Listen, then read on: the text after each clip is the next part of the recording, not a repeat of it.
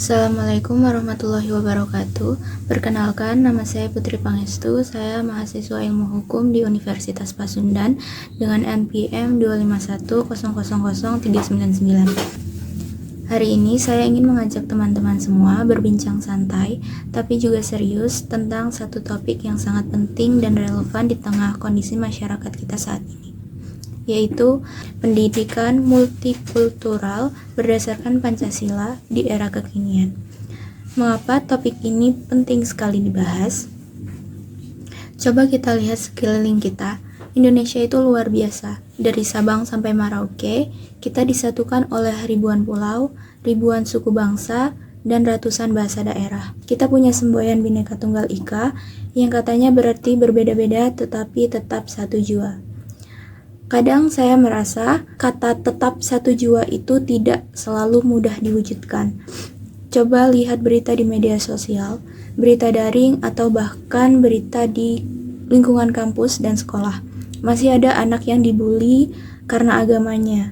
Masih ada siswa yang dikucilkan karena penampilannya tidak sesuai mayoritas. Masih ada juga orang tua yang keberatan anaknya duduk sebangku dengan siswa dari kelompok tertentu. Kita sering terjebak dengan narasi kita ini bangsa yang toleran.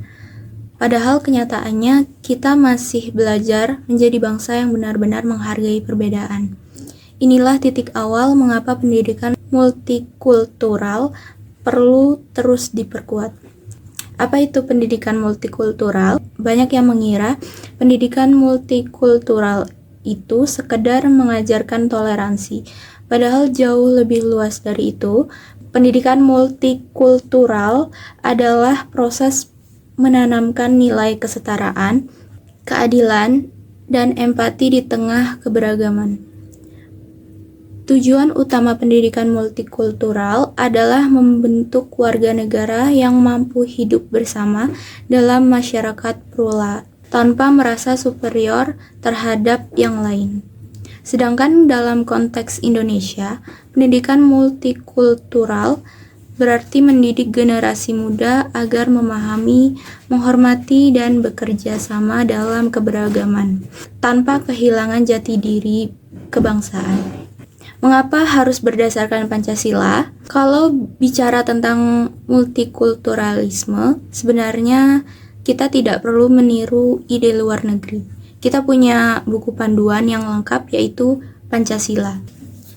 5 sila dalam Pancasila adalah dasar moral dan etika hidup berbangsa, sekaligus fondasi pendidikan multikultural. Sila pertama, ketuhanan yang Maha Esa, mengajarkan toleransi dan kebebasan beragama. Sila kedua, kemanusiaan yang adil dan beradab, mengingatkan kita bahwa setiap orang layak dihormati. Sila ketiga, persatuan Indonesia, menegaskan bahwa perbedaan bukan ancaman, tetapi kekuatan. Sila keempat, kerakyatan yang dipimpin oleh hikmat kebijaksanaan dalam permusyawaratan perwakilan, mengajarkan pentingnya musyawarah, mendengar pendapat, dan tidak memaksakan kehendak. Sila kelima, keadilan sosial bagi seluruh rakyat Indonesia, yaitu memastikan semua mendapat hak yang sama, termasuk dalam pendidikan. Menurut penelitian di IJERS tahun 2021, Pancasila adalah payung nilai bagi penerapan pendidikan multikultural yang relevan di semua jenjang pendidikan. Artinya, pendidikan multikultural di Indonesia bukan hanya ide modern atau konsep barat, tapi adalah wujud nyata implementasi nilai-nilai Pancasila itu sendiri. Sekarang mari kita hadapi kenyataan. Kalau kita bicara pendidikan multikultural, kita tidak bisa menutup mata terhadap tantangan nyata yang sedang kita hadapi di era ini. Ada 3 isu besar yang saling berkaitan dan menjadi tantangan bersama. Yang pertama, intoleransi yang masih sering muncul di sekolah dan kampus. Kita sering mendengar berita viral tentang siswa yang diejek karena agamanya, atau guru yang ditegur karena mengizinkan siswa berbeda keyakinan ikut kegiatan tertentu. Ironisnya, itu terjadi di lembaga pendidikan yang harusnya menjadi tempat paling aman bagi semua. Sebuah survei dari Setara Institute tahun 2023 menunjukkan bahwa indeks toleransi pelajar masih berada di angka sedang, belum mencapai kategori baik. Artinya masih banyak ruang untuk perbaikan. Kita tidak bisa menutup mata. Masih ada bias sosial di sekolah.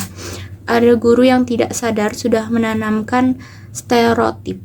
Ada siswa yang merasa superior karena mayoritas, dan ada siswa yang memilih diam karena takut dibedakan. Intoleransi seperti ini jika dibiarkan bisa tumbuh menjadi bibit perpecahan yang lebih besar. Karena itu pendidikan multikultural berbasis Pancasila menjadi rem moral agar kita tidak kehilangan arah. Yang kedua, tantangan globalisasi di dunia digital. Sekarang anak-anak lebih banyak belajar dari TikTok, YouTube, atau Instagram daripada buku pelajaran. Budaya global begitu cepat masuk tanpa filter. Di satu sisi, ini peluang besar untuk memperluas wawasan, tapi di sisi lain, ini bisa membuat kita kehilangan identitas sosial. Nilai Pancasila mulai terasa kurang keren dibanding budaya luar. Rasa hormat pada guru dianggap kuno, kedisiplinan dianggap terlalu kaku. Padahal, menurut Journal of Citizenship Education tahun 2024, globalisasi tanpa nilai Pancasila akan menciptakan generasi yang cerdas secara teknologi tapi miskin karakter.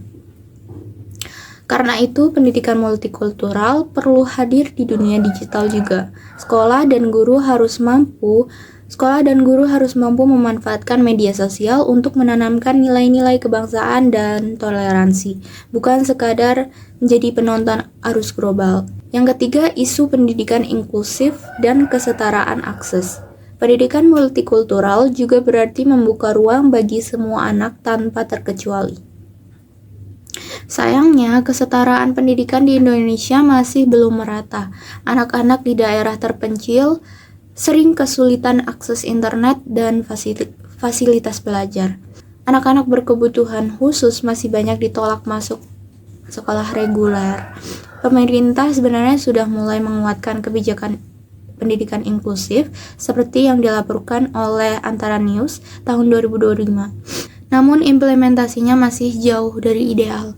Banyak guru yang belum siap, belum terlatih, atau belum memahami pendekatan yang adil terhadap semua siswa. Artinya, pendidikan multikultural tidak hanya tentang budaya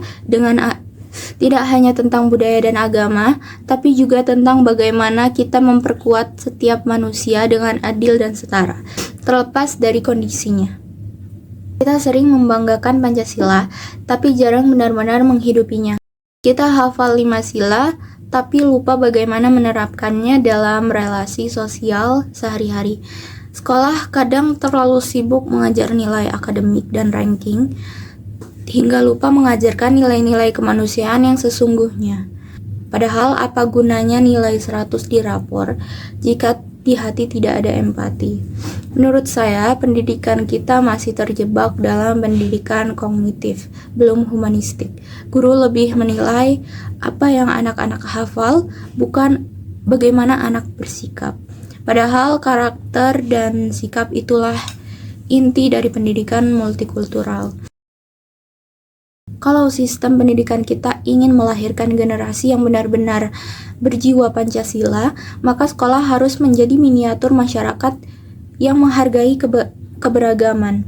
Anak-anak tidak bisa belajar toleransi hanya dari teori. Mereka harus melihat dan mengalaminya setiap hari di sekolah. Untuk memperkuat pendidikan multikultural berbasis Pancasila, saya punya beberapa saran. Yang pertama, pelatihan guru multikultural. Guru harus menjadi teladan. Setiap guru perlu dibekali pelatihan tentang pendekatan multikultural agar mampu menangani perbedaan dengan empati dan keadilan. Yang kedua, integrasi multikultural dalam kurikulum. Pendidikan multikultural jangan dijadikan mata pelajaran tambahan. Ia harus terintegrasi di setiap pelajaran, dari bahasa Indonesia sampai matematika, melalui konteks dan contoh yang beragam. Yang ketiga, ruang diskusi dan refleksi di sekolah. Sekolah perlu menyediakan ruang bagi siswa untuk berbicara tentang perbedaan, isu sosial, atau pengalaman diskriminasi yang mereka lihat. Dialog adalah awal dari empati. Yang keempat, pemanfaatan media digital positif. Gunakan media sosial untuk kampanye nilai Pancasila, toleransi, dan keberagaman. Biarkan siswa menjadi konten kreator nilai-nilai kebangsaan. Yang kelima, kolaborasi sekolah dan masyarakat. Libatkan orang tua, komunitas adat, dan tokoh agama dalam pendidikan multikultural agar pembelajaran tidak berhenti di ruang kelas saja. Teman-teman, bangsa kita sedang diuji, bukan hanya oleh pandemi atau teknologi, tapi oleh kemampuan kita menjaga rasa kemanusiaan di tengah perbedaan. Pendidikan multikultural berbasis Pancasila adalah jalan agar kita tetap menjadi bangsa yang kuat dan beradab. Kita ingin melahirkan generasi yang tidak hanya pintar dan modern, tapi juga manusiawi dan menghargai sesama. Kalau setiap sekolah menjadi ruang yang aman bagi semua, kalau setiap guru menjadi teladan dalam toleransi, dan kalau setiap siswa belajar untuk memahami bukan menilai, maka saya yakin Indonesia akan tetap satu dalam segala warna dan keberagamannya. Terima kasih. Wassalamualaikum warahmatullahi wabarakatuh.